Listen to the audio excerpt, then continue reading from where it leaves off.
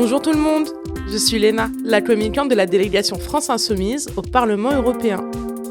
À la délégation France Insoumise, on a décidé de vous ouvrir les portes pour vous faire découvrir notre semaine de session plénière. La session plénière, c'est la semaine où toutes et tous les eurodéputés se rassemblent à Strasbourg pour voter les textes qui ont été discutés les semaines précédentes.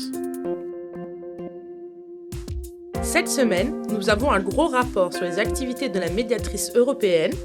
On ira rendre visite à un salarié de Castorama en grève de la faim. On discutera d'un énième scandale de transparence, de l'interdiction de TikTok au Parlement et on reviendra sur le parcours militant de Marina Mesure.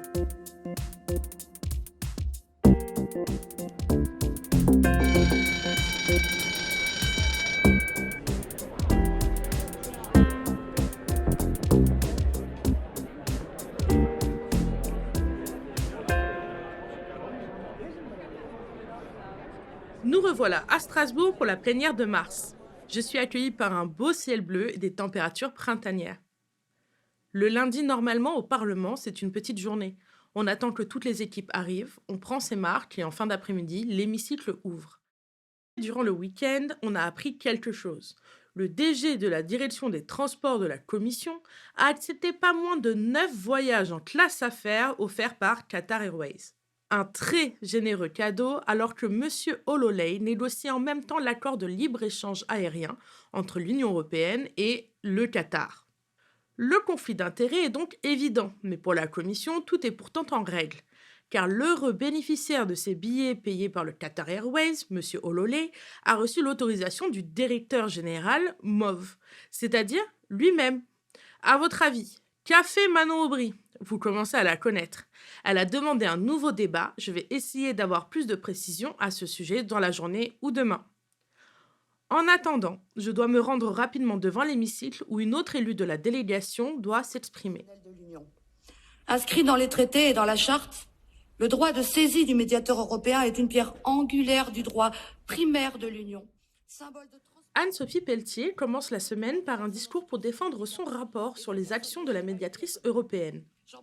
Emily O'Reilly, la médiatrice européenne, a pour fonction de veiller au bon fonctionnement de l'appareil administratif. Elle répond aux plaintes déposées contre les institutions ou les organes de l'Union, et ces plaintes peuvent être introduites par des citoyens ou des résidents des pays, ou par des associations ou des entreprises établies dans l'Union européenne. Chers collègues, quand l'inconnu et l'ombre sèment le doute, ce sont la clarté et la lumière qui nous rassurent. De la transparence naît la confiance. Alors demain, soyons à la hauteur de la confiance de ceux qui nous l'ont confié.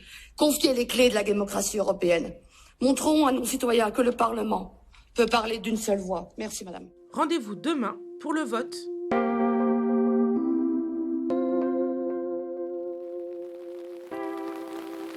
Mardi, le soleil n'est plus qu'un lointain souvenir.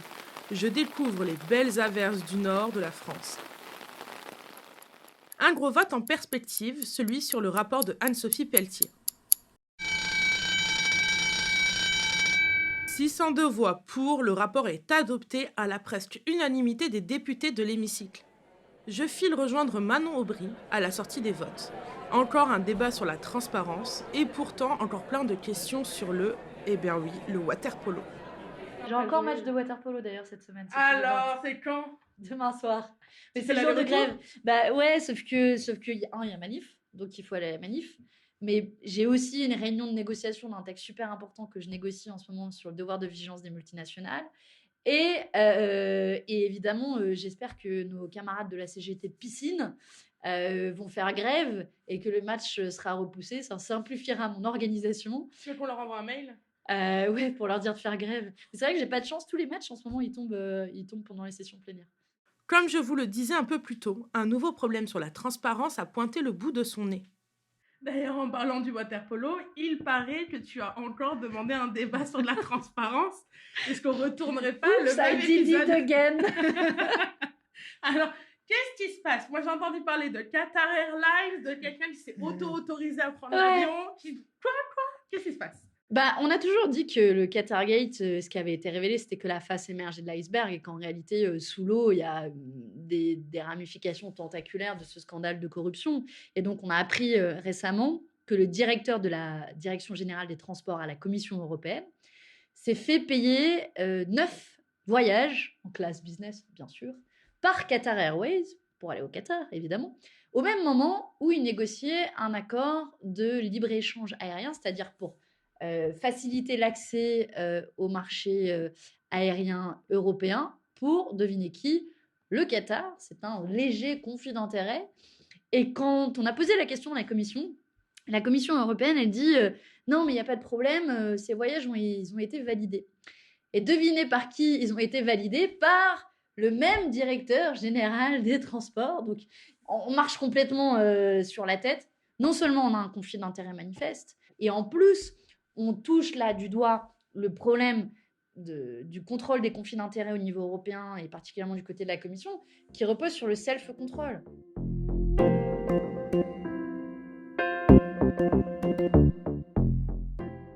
Cet après-midi, j'accompagne Leïla rencontrer Xavier, un employé de Castorama en grève de la faim depuis lundi. On quitte les bureaux et on rejoint les parkings du Parlement. Nous avons exceptionnellement réservé une voiture pour retrouver Xavier.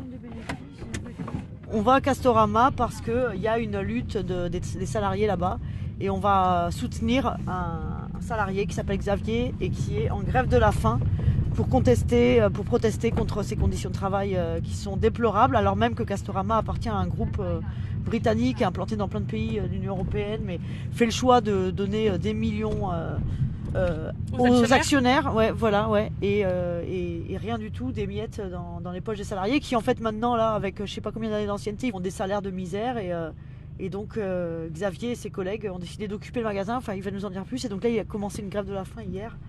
Et donc pour nous, voilà, c'était important d'aller le soutenir, quoi, de faire une pause dans cette journée de plénière. Enfin, on l'a intégré dans la journée de plénière d'ailleurs. Dire c'est juste à un quart d'heure en voiture, c'est important d'aller soutenir. On n'est pas dans un bocal isolé du reste, là, quand on est à Strasbourg, mais il y a des gens qui luttent, qui se battent pour leurs droits, et donc on va les soutenir. Oui, justement, c'était ma question d'après. Pour le coup, pour certains, ça peut être surprenant de voir que les élus européens soutiennent autant des personnes, des travailleurs. Je sais pas, pour nous c'est un peu une évidence, c'est un peu dans notre ADN, après aussi bien la délégation France Insoumise que dans le groupe de la gauche, hein. En fait on est des groupes beaucoup d'entre nous sont issus des luttes sociales, associatives, syndicales, et donc c'est dans notre ADN d'être aux côtés des travailleurs, hein. C'est vrai que on va dire à l'Union européenne, la norme c'est peut-être plus d'être du côté des lobbies, d'avoir des contacts et des relations et des réseaux parmi les lobbies, mais nous du coup non, c'est vraiment voilà quoi, on est là pour porter la voix des travailleurs à l'intérieur des institutions, et pour que notre écharpe d'élus serve aussi à leur lutte concrète. On est là pour faire une loi qui soit en faveur de leurs intérêts, mais aussi si on peut les soutenir concrètement sans attendre que la loi change dans une bataille comme celle-là qui est menée ici à Castorama, c'est important. Après là, on est à Strasbourg, il y a une lutte de Castorama. Moi vendredi, là j'étais à Paris, je suis allée soutenir les travailleurs, les salariés de Monoprix qui étaient en grève. On essaye à chaque fois, dans la mesure du possible, de se servir de notre position d'élu pour soutenir les mobilisations sociales. Xavier nous attend à côté de sa voiture, sur le parking du Castorama. Il fait beau, mais il y a beaucoup de vent. Avec sa bouteille de vitamines à la main, il prend le temps de nous expliquer les raisons de son action, portée par le slogan « Rendre visible l'invisible ». Moi, je gagne 1 400 € net par mois. Avec les 4 mois de salaire, je suis à 1 600. Simplement, comme je le dis, c'est que quand vous voulez chercher un logement, c'est le salaire. Quand vous faire un crédit, c'est le salaire. L'intéressement, il s'en fiche, parce que ça, c'est variable. Là, on a de l'intéressement. Peut-être que l'année prochaine, on n'en aura pas. Ça va dépendre des résultats de l'établissement. C'est tout. Et moi, ce que je veux faire, donc en gros, avec ma grève de la faim, donc en fait, c'est vraiment symbolique, c'est pour mettre en avant cette précarisation qui est de plus en plus à Castorama. Il y a énormément de salariés, de plus en plus de salariés qui dorment dans leur véhicule parce qu'ils ne peuvent plus se loger, plus les moyens de se loger. Il y a des salariés qui ne mangent plus à leur faim. Finalement, sa grève de la faim aura duré 12 jours, jusqu'au 24 mars. Il a été rejoint par un collègue et leur communiqué de presse nous explique que la direction de Castorama Kingfisher n'a pas encore accédé à toutes leurs demandes, mais que le dialogue social a enfin repris. 17h, avec Leïla Cheibi et son équipe, nous reprenons la voiture pour rentrer au Parlement. J'en profite pour discuter avec elle d'un sujet brûlant. TikTok a été banni. J'ai remarqué qu'avec Pablo, vous avez investi TikTok récemment. Ouais, Depuis quelques semaines, tu sais, ça fait un moment qu'on y pensait. Je suis dégoûtée. Au moment où je me mets sur TikTok, je me lance, je perce des vidéos genre 180 000 vues, 200 000 vues, et hop, bah ça va pas durer longtemps. On nous demande de l'enlever de notre téléphone. T'as dû entendre parler comme moi que à la Commission européenne, tous les fonctionnaires de la Commission européenne ont eu pour ordre d'enlever TikTok de leurs appareils. Bon, on parle vachement de transparence, hein, surtout depuis le Qatargate. Et là, en fait, on reçoit juste une demande, un mail hyper flou sur la façon dont ça va se faire et surtout sur les raisons. Parce que moi, je veux bien croire, hein, Thierry Breton, quand il nous dit qu'il y a des menaces, que c'est dangereux de mettre TikTok parce que peut-être il y a potentiellement des menaces, les Chinois peuvent nous piquer les données ou je ne sais quoi. Mais je pense qu'on mérite quand même un petit peu d'explication. C'est un vaste sujet en fait, les données. Il y a différents aspects. Bon, là. En tout C'est- cas, félicitations pour ta carrière de TikTokeuse. Ah ça voilà, revenons aux fondamentaux d'abord. Revenons aux fondamentaux. Ma carrière d'influenceuse, donc dès 2024, après les élections européennes, si je sais pas quoi faire, et ben je peux me reconvertir en influenceuse. Mais bon, même si la Commission européenne essaie de me mettre des bâtons dans les roues là, en me demandant de déconnecter, mais mes vidéos, c'est assez fou quand même, hein. Nous en fait, on fait le choix d'être sur, plus sérieusement, on fait le choix d'être sur ces plateformes là. C'est un choix politique. C'est-à-dire qu'on se dit, nous, dans notre rôle de parlementaire européen, notre objectif, c'est de décloisonner ce qui se passe dans les institutions européennes, de rendre visible ce qu'on fait, et de faire en sorte de s'adresser pas qu'à ceux qui sont les passionnés de l'Union européenne, hein, il n'y en a pas beaucoup, mais il y en a, pas à ceux qui sont passionnés de politique, mais à un public qui ne va pas écouter les discours politiques, ne vient pas dans nos réunions publiques, et là, donc en l'occurrence, les jeunes notamment, et de se dire que si on veut qu'il y ait moins d'abstention dans un an aux élections européennes, eh ben, il faut s'adresser à eux en fait, il ne faut pas attendre qu'ils viennent à nous. Et TikTok, c'est notamment un moyen de s'adresser à eux, de faire passer un message. Il y aura peut-être moins d'abstention, c'est l'objectif, plus de gens qui se diront la prochaine fois aux élections européennes, plutôt que de se dire c'est quoi ce truc totalement abstrait, député européen, ça sert à quoi, Parlement européen, ça sert à quoi, qui se diront ah mais tiens, attends, ça sert justement, là j'ai vu là par TikTok. C'est une porte d'entrée vers la politique quoi en fait.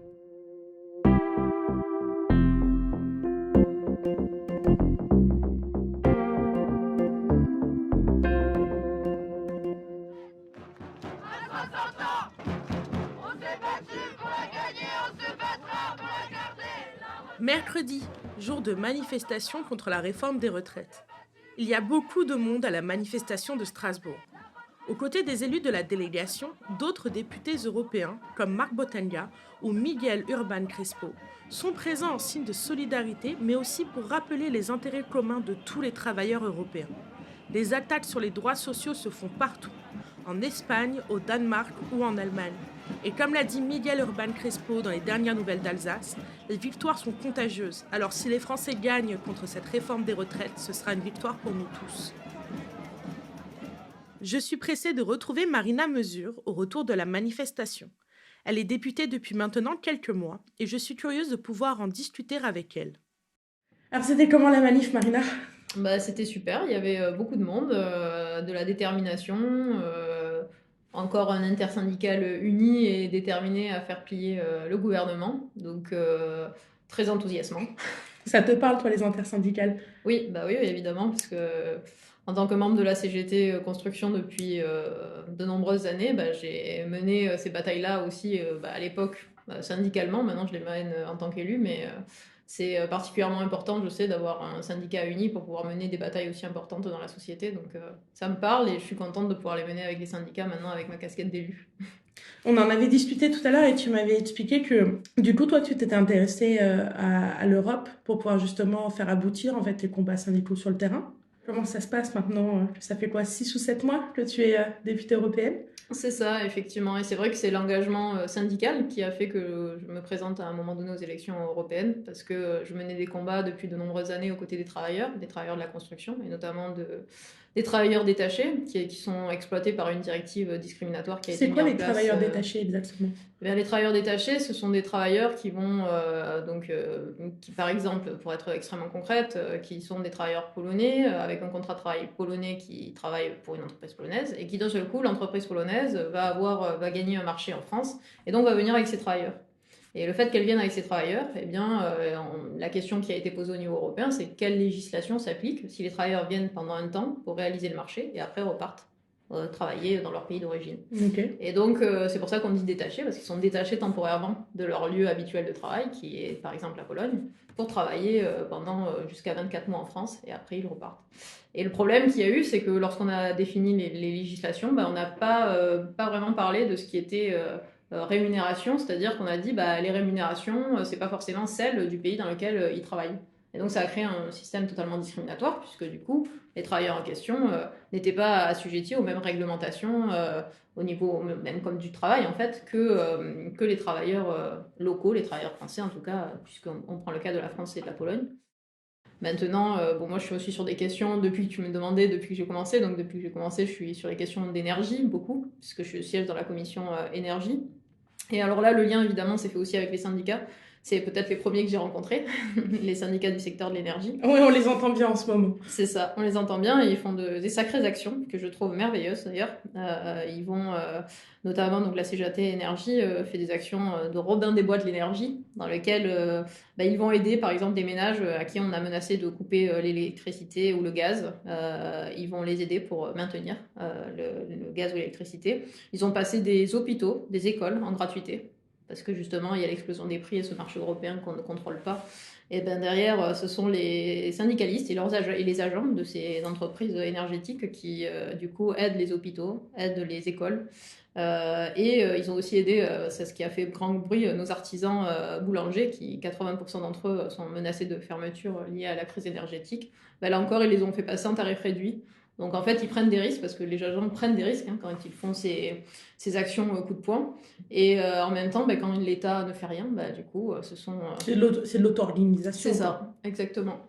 Et donc c'est avec eux qu'on construit la lutte pour les retraites, mais pas que. C'est aussi la sortie du marché européen de l'énergie, la construction d'un véritable monopole public de l'énergie. C'est une position qu'ils défendent syndicalement et qui rejoint aussi nos préoccupations, c'est-à-dire pour éviter d'avoir ces prix qui explosent et d'avoir cette inflation qu'on voit partout.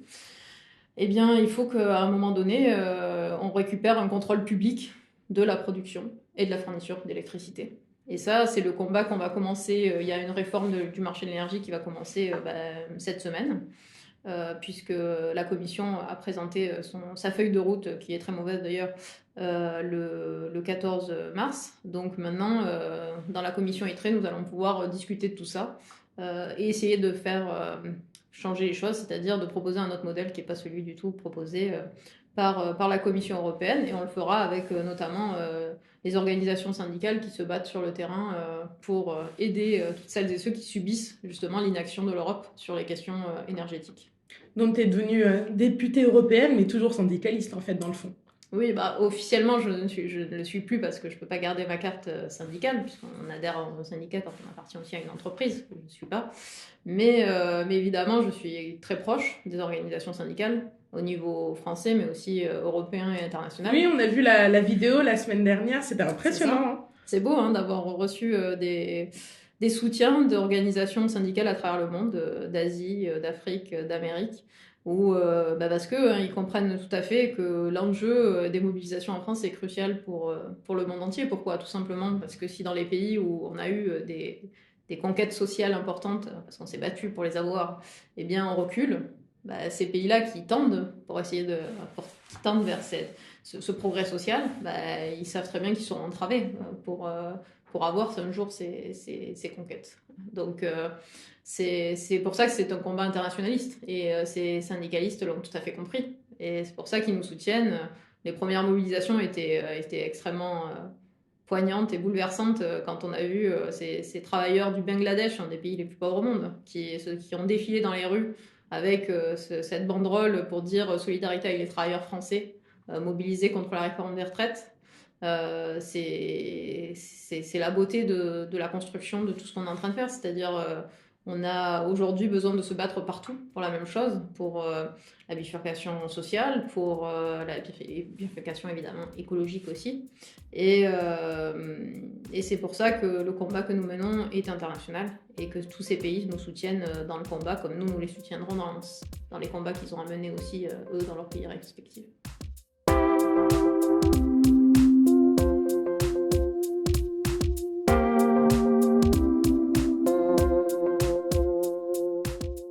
Je vous remercie de m'avoir accompagné durant toute cette semaine de session plénière.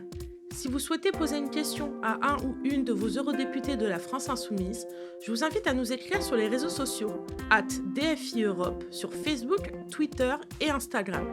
Si vous souhaitez en savoir plus, vous trouverez des ressources dans la description du podcast.